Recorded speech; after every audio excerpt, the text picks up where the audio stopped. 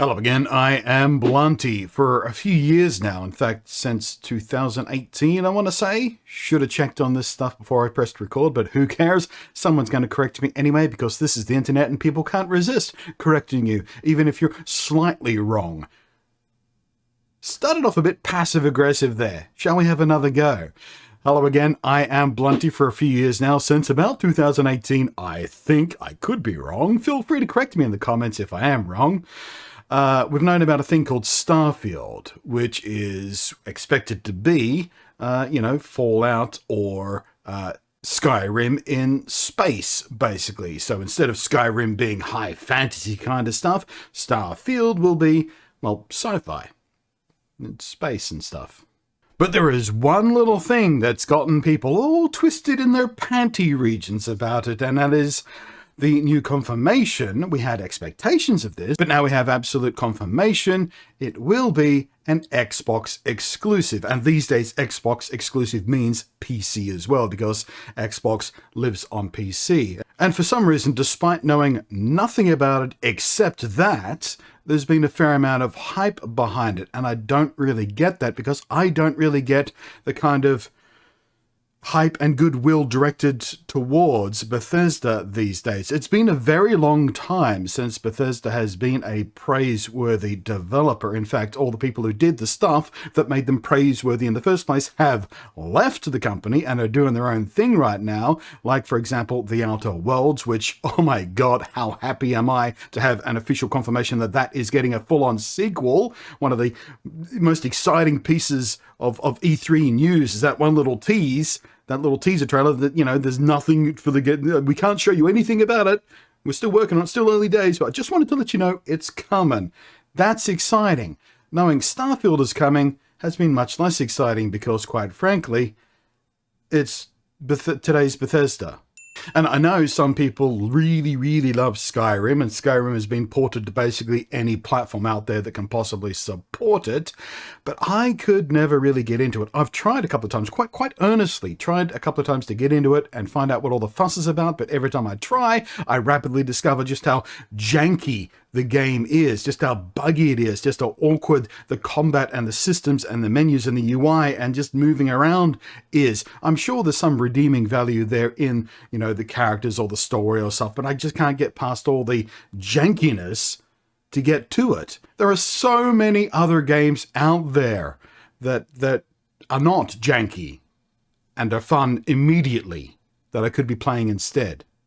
And then, of course, you have Fallout 76, which that helmet back there is from the collector's edition, the pre-ordered, $300 and whatever collector's edition back there.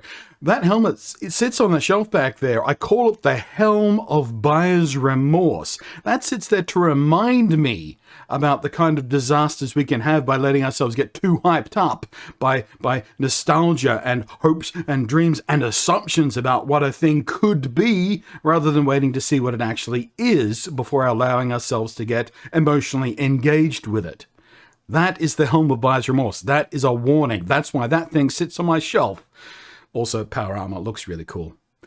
Todd Howard, the head of Bethesda, is a known liar and scumbag and general shithead. We know this about him, but still every time he opens his mouth, a bunch of fanboys go, "Oh, Todd, please tell me more. Tell me I'm a good little boy. Tell me that Starfield is coming." And it is coming, and we got a really weird teaser trailer for it that showed us nothing real or legitimate about the game. I can't remember whether it was supposed to be in-game engine or not, but it was just basically a panning shot of a moon kind of thing, and a space guy in his space helmet getting on his generic-ass spaceship and walking through a generic-ass spaceship corridor to a generic...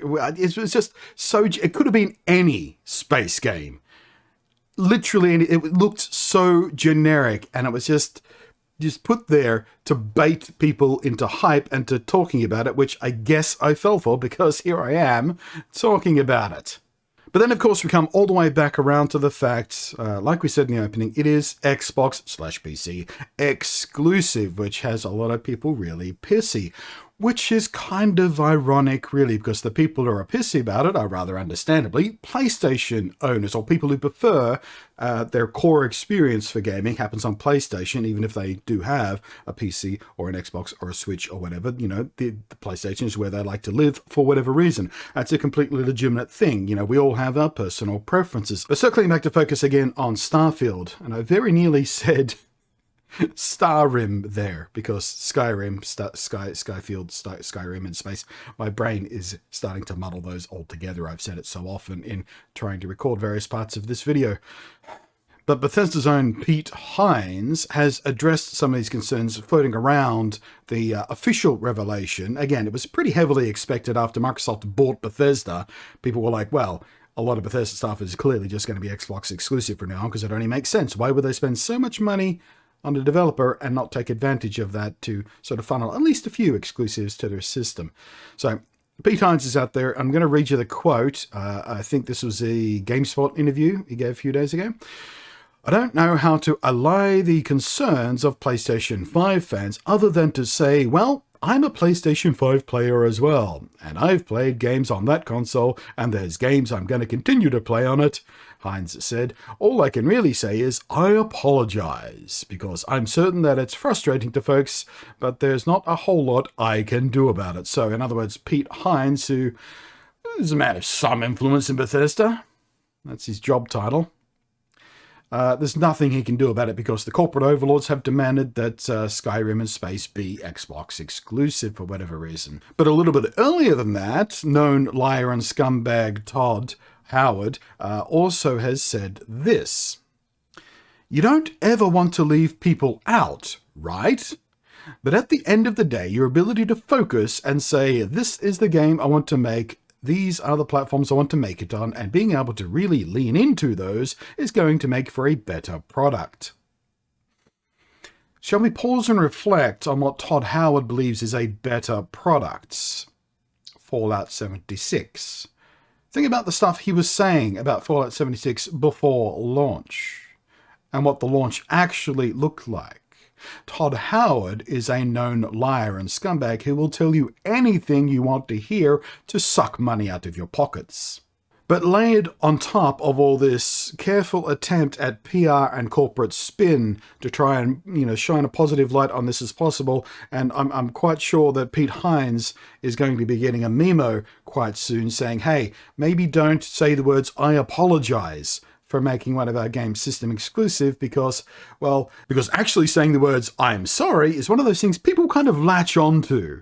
There's always a better way to say I'm sorry without actually saying I'm sorry, says the legal team. But besides all of this juggling of, PR and corporate spin and need to make money and how do we boost the Xbox platform and all this kind of corporate garbage, basically.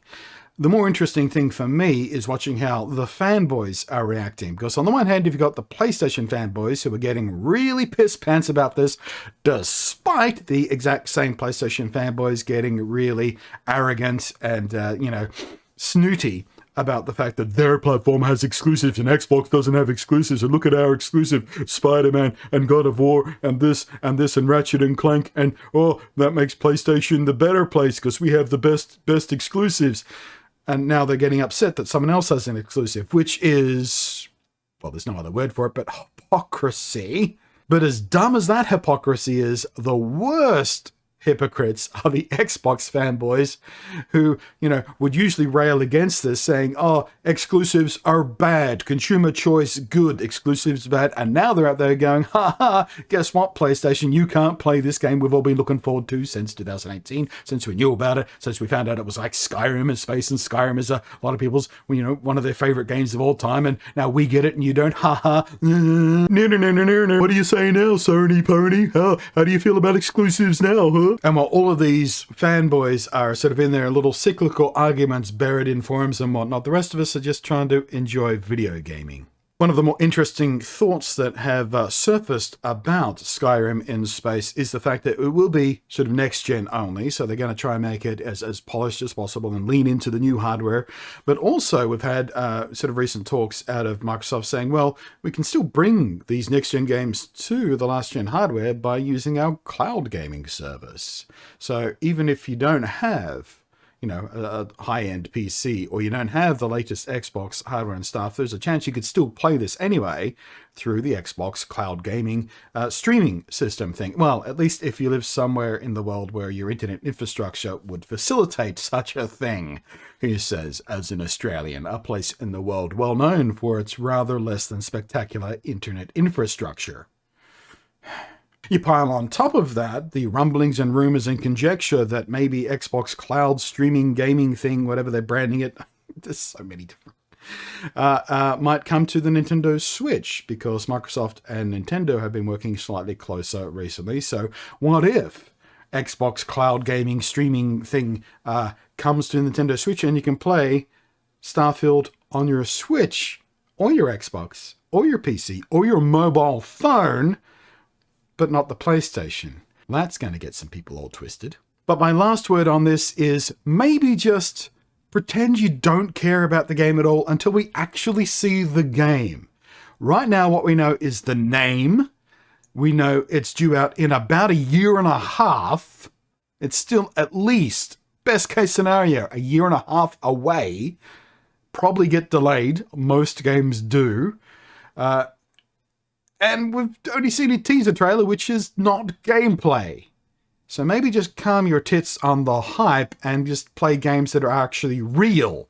And get excited about real games you can actually play. How about that? I'm just saying. You want to see my pantomime I'm just saying face? I'm just saying. See, if I was more famous, someone would give that and turn it into a meme or something. Anyway, I am Blunty. Thanks for watching. I will catch you next time. Thank you as always to the patrons scrolling up above there who's above me on support is lovely. Thank you very much for that. To the rest of you, what are you actually playing right now?